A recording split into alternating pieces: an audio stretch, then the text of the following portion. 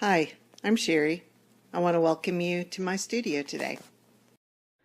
Well, the napkin layer has dried and yeah, it's just so thin that you can't really see the flowers. So I am going to make some decals using napkins.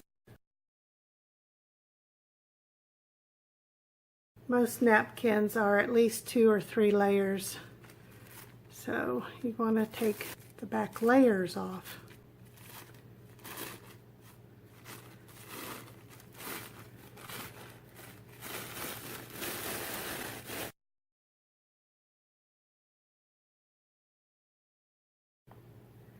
You put down your gel medium, or if you want, white glue, and you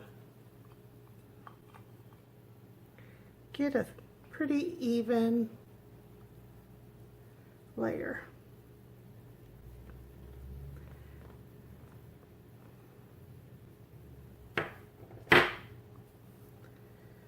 Now you could try to paint right on the back of this napkin with some white paint, but it will shred in all likelihood, unless you're way more careful than I've ever been.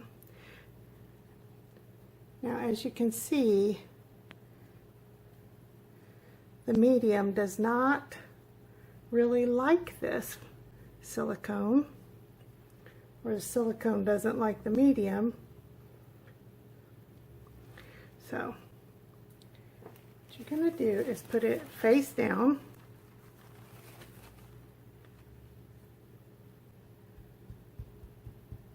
Now you could rip each of these little motifs out and do it that way, but I figure I can rip or cut them later.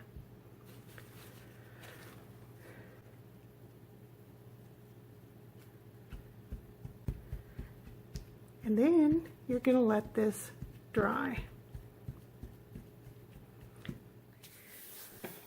We're back, and this has dried.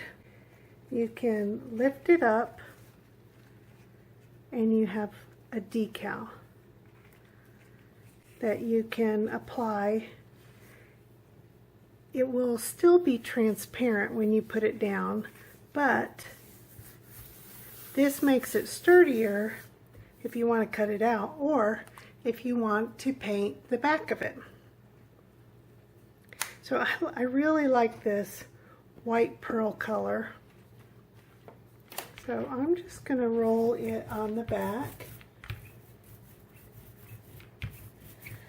I could be real particular and put it just where the flowers are, but yeah, you know me better than that.